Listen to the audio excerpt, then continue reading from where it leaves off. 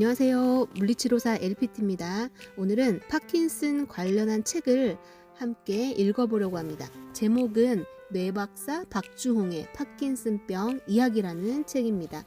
현재 저자는 한의학 박사, 의학 박사, 보건학 석사로서 한의원을 운영하고 계시는 원장님입니다.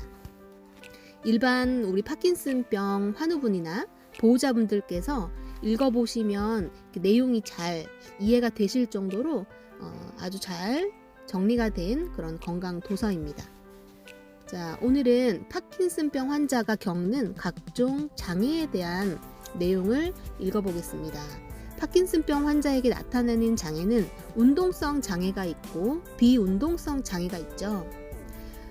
몸이 떨리고 움직임을 늦추고 근육을 뻣뻣하게 만들어지는 이런 장애가 이제 운동 장애입니다.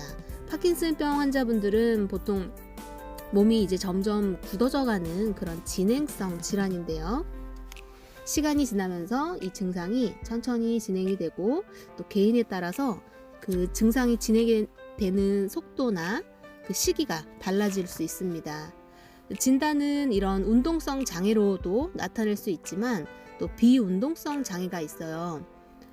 예를 들어서 잠꼬대가 심해진다든지 변비가 심하든지 그다음에 냄새를 맡지 못하는 이런 후각 장애가 나타나면 이런 것들은 이제 비운동성 장애에 속하거든요. 이런 증상들이 평상시에 좀 심해지면은 진료를 받아보시는 것을 추천드립니다. 자, 어떻게 하면 파킨슨병 환우가 잘 걸을 수 있을까요? 파킨슨병 환자가 겪는 어려움 중에서 가장 힘든 부분이 사실은 이 운동 장애일 것입니다. 그 중에서도 이제 보행 장애는 삶의 질을 급격히 떨어뜨릴 수 있는 증상인데요. 걸을 때에 보폭을 넓게 걷는다는 생각을 하고 의식적으로 발을 높이 듭니다. 파킨슨병 환자분들은 이 걸을 때에 팔을 앞뒤로 자연스럽게 흔드는 그런 팔의 움직임이 많이 줄어들게 됩니다. 팔을 발과 반대로 비대칭적으로 리드미컬하게 흔들면서 걸으면 걸음에 리듬이 생겨서 이 보행의 에너지 효율이 높아진다고 합니다. 그래서 팔을 의식적으로 가볍게 앞뒤로 발과 반대하여서 앞뒤로 흔들면서 걷는 연습을 하면 보행을 조금 더 쉽게 할 수도 있겠고요. 또 몸의 긴장이 좀 풀릴 수 있습니다. 자, 갑자기 걸음이 걸어지지 않는 경우 이것을 우리는 보행 동결이라고 합니다. 파킨슨병이 3기 전후에 이게 잘 나타내는 현상이 보행 동결입니다. 파킨슨병이 이제 1기부터 5기로 이렇게 나누어지는 게 혼야 파킨슨병 척도라고 하는데요. 파킨슨병 3기 전후에 이 보행 동결이 자주 나타납니다. 약물을 이제 오랫동안 복용하는 이제 기간이 경과하게 되면 이제 부작용 때문에 혹은 이제 약물의 효과가 이제 그전만큼 나타나지 않기 때문에 이제 생기는 운동 장애인데요. 특히 발걸음이 발이 바닥에서 잘 떨어지지 않는 거예요. 혹은 또 걷다가 갑자기 걸음을 멈추게 되고 그러다 보면 이 다리가 마음대로 움직여지지 않으니까 이때 낙상이 잘 발생하죠. 보행 동결을 우리가 점차 완화시키는 방법은 사실 없습니다. 우리가 할 수 있는 것은 보행 동결 증상으로 인해서 이제 갑작스럽게 몸이 굳어져서 걷기가 어렵다 보니까 혹은 보행 동결로 인해서 몇 번 이제 낙상을 경험하게 되면 심리적으로 굉장히 위축이 되게 됩니다. 이렇게 되면 점점 움직임을 덜하게 되고 활동을 덜하게 되고 운동을 덜하게 되기 때문에 이것은 우리가 반드시 이 심리적 압박을 극복을 해야만 보행 동결로 인한 어떤 신체 활동 저하나 낙상을 예방할 수 있습니다. 우리가 낙상을 예방하는 방법 중에 하나가 뭐 가만히 앉아 계세요, 자, 누워만 계세요 이런 것은 아니잖아요. 활동할 수 있는 만큼 활동을 하게 하면서, 그러나 그런 활동들이 충분히 안전한 장치 하에 될 수 있도록 하는 것이 바로 낙상 예방 프로그램입니다. 결코 움직임을 덜 하는 것이 낙상 예방은 아니에요. 보행동결 증상이 나타났을 때는 바로 움직이려고 하지 말고 일단은 심리적으로 안정을 취하고 자세를 똑바로 한 다음에 여러 가지 방법들을 시도해 볼 수 있습니다. 자, 심호흡을 크게 하고 천천히 다시 움직임을 시도해 보는 겁니다. 제자리에서 발을 가볍게 구른 다음 자연스럽게 내밀어 봅니다. 발을 일단은 한 걸음씩 내밀어 보는 건데, 자, 이것도 좀 더 쪼개어서 발을 바닥에서 살짝 떼어 보는 거예요. 자, 온 신경 집중은 내 발에다가만 하게 됩니다. 이 발이 바닥에서 한 걸음 떼어지면 그 다음 두 번째, 세 번째 발걸음은 좀 더 쉬워집니다. 예를 들어서 화장실을 가려고 하다가 보행동결이 생겼다. 그러면 화장실을 가는 것 자체에 집중하지 마시고 지금 내가 서 있는 자세에서 한 걸음이 떼어질 수 있는 그 자체에 집중을 하시는 것이 좋겠습니다. 걷기가 어려울 때에는 조심스럽게 몸을 앞뒤로 흔들어 보거나 뒤로 옆으로 걸어보면서 보행동결을 일단 푸는 것이 중요합니다.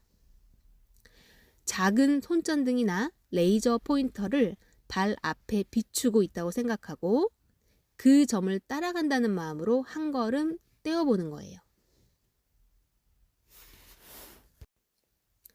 또 파킨슨병 환우분들이 일상생활에서 또 어려운 부분은 소파에서 일어나기가 힘들다, 의자에서 일어나기 힘들다 이런 부분입니다.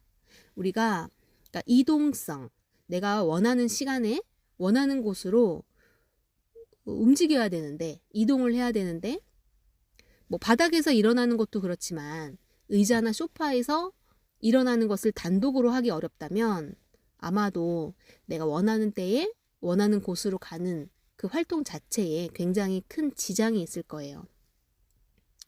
일단은 소파에서 일어나는 동작은 많이 어렵습니다. 소파 자체가 이렇게 안으로 푹 들어가는 그런 재질로 되어 있잖아요. 그리고 푹신한 재질이기 때문에 일어날 때에 보다 많은 에너지가 필요합니다. 그래서 파킨슨병 환우분들이 사용하시는 의자나 소파도 사실 별도로 제작이 되기도 합니다. 재질은 푹신한 재질보다는 약간 딱딱한 단단한 재질이 좋고요. 그 다음에 이제 파킨슨병 환우의 신장, 특히 이 발에서 무릎까지의 길이를 잘 고려한 적당한 높이의 의자여야 되고, 또 팔걸이가 양쪽에 있는 것이 붙잡고 일어나기에 훨씬 용이합니다. 일어서거나 앉을 때 너무 가볍거나 미끄러지기 쉬운 의자는 교체하는 것이 좋습니다. 일어날 때는 앉은 자세에서 바로 일으키는 것이 아니고 엉덩이를 의자 앞쪽으로 충분히 끌어당겨서 이동한 다음에 몸을 앞으로 뒤로 몇 차례 흔들면서 앞으로 몸이 숙여졌을 때 그 추진력을 이용해서 일어나는 것이 보다 수월합니다. 파킨슨병 환우분들이 또 어려워하는 부분은 보행을 할 때 방향 전환입니다. 우리가 앞만 보고 걸어가지 않잖아요. 앞으로 걸어갈 수도 있고 잠시 왼쪽으로 돌아설 수도 있고 다시 뒤돌아올 수도 있는 거예요. 이렇게 방향 전환을 할 때 중심을 잃고 넘어지는 경우가 많고, 방향 전환하는 것 자체를 할 때에 또 보행동결이 생기기 쉽습니다. 때문에 파킨슨병 환자는 순간적으로 방향을 바꿔서 뒤돌아서는 이런 행위는 하지 않는 것이 좋습니다. 동작을 조금 천천히 여유로운 마음을 가지고 하시는 것이 필요하겠습니다. 조금 천천히 한다는 마음을 가지고 충분한 크기의 반원을 그리면서 방향을 바꾸는 동작을 합니다.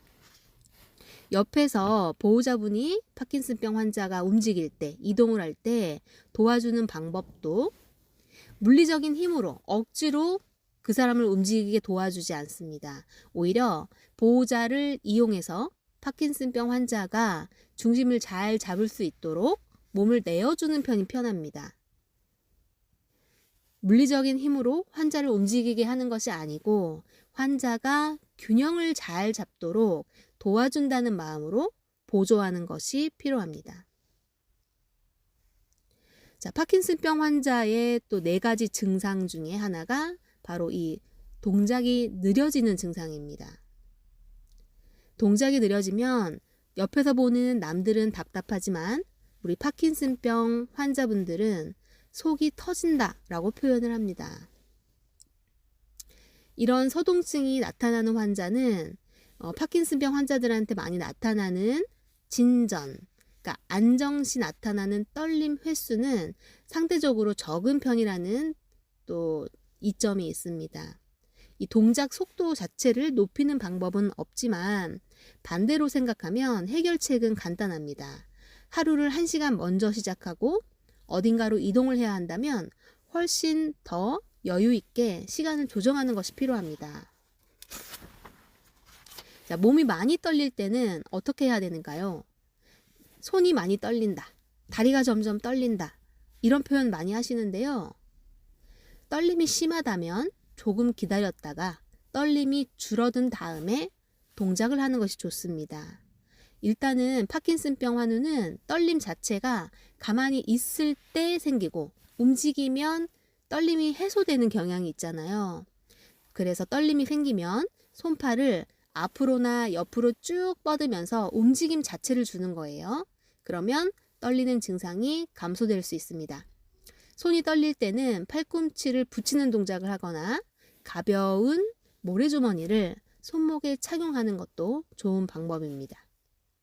또 스트레스를 많이 받았거나 긴장을 했을 때, 몸과 마음의 피로가 많이 쌓였을 때 이 떨림이 더 심해지는 경향이 있어서요. 명상이나 심호흡, 취미 활동에 집중하는 방법으로 떨림을 줄여보는 것이 도움이 되겠습니다. 또 부종이라는 것이 나타날 수 있습니다. 파킨슨병 환자분들한테는 자율신경계 이상으로 여러 가지 문제가 생길 수 있는데요. 이 중 하나가 이 모세혈관의 움직임이 저하되면서 나타나는 부종입니다. 부종이 많이 생겼을 때는 특히 누워있을 때에 발을 무릎보다 높이 두고 평상시 목욕을 할 때 족욕이나 반신욕을 통해서 혈액순환을 보조해주는 방법이 도움이 되겠습니다. 파킨슨병 환자는 이 발음, 발성, 삼킴장애 등이 나타날 수 있어요.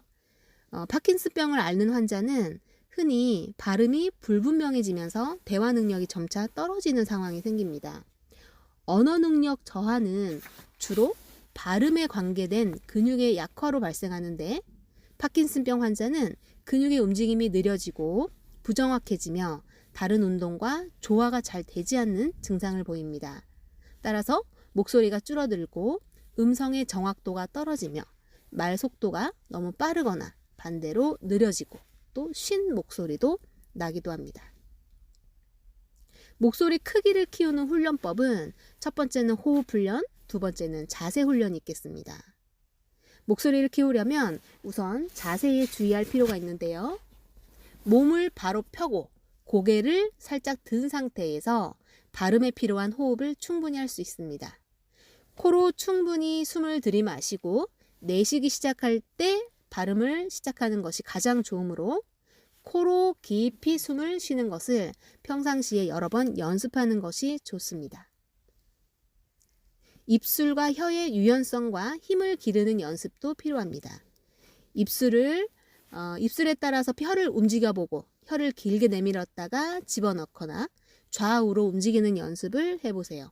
입을 벌리고 혀끝을 위쪽 앞니 끝에 내보거나 입천장에 대고 입천장을 따라 앞뒤로 움직여봅니다. 자, 오늘은 이렇게 파킨슨과 관련된 여러 가지 장애에 대한 해결 방법을 함께 읽어보았습니다. 자, 다음에도 함께 여러 가지 좋은 책 같이 읽어보겠습니다. 감사드립니다.